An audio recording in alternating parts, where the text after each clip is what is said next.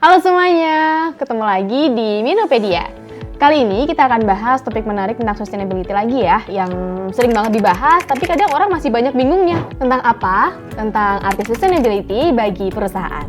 Secara sederhana, sustainability adalah cara perusahaan untuk melakukan proses bisnisnya dengan mempertimbangkan 3 hal penting, yaitu lingkungan, ekonomi, dan sosial. Contohnya begini, dalam aspek lingkungan, perusahaan menjalankan proses bisnisnya dengan bertanggung jawab terhadap lingkungan. Misalnya, seperti melakukan pengelolaan limbah dengan baik, bertanggung jawab dan efisien dalam menggunakan sumber daya alam. Selanjutnya, pada aspek sosial, perusahaan bisa berkontribusi kepada komunitas atau masyarakat di lingkup operasional perusahaan tersebut pada bidang kesehatan atau yang lainnya sehingga mampu mencapai peningkatan kesejahteraan.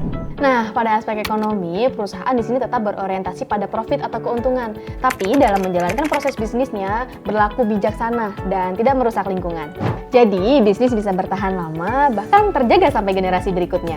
Kenapa ini penting? Karena saat ini kita sedang menghadapi tantangan besar seperti perubahan iklim, ketimpangan sosial, dan kondisi di mana sumber daya semakin menipis.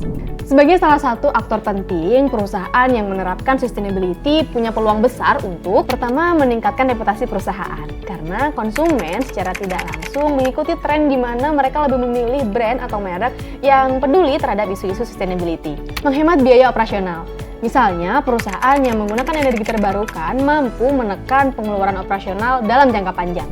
Terakhir, perusahaan dapat bertahan di masa depan karena mampu menjaga keseimbangan antara bisnis dan lingkungan sehingga perusahaan dapat terus berkembang. Jadi, sustainability tidak hanya soal ramah lingkungan, tapi keseluruhan aksi untuk menjaga keseimbangan antara profit, kesejahteraan, dan kelestarian alam. Dengan cara ini, perusahaan tidak hanya akan mampu bertahan di masa depan, tapi juga menciptakan dampak positif untuk alam.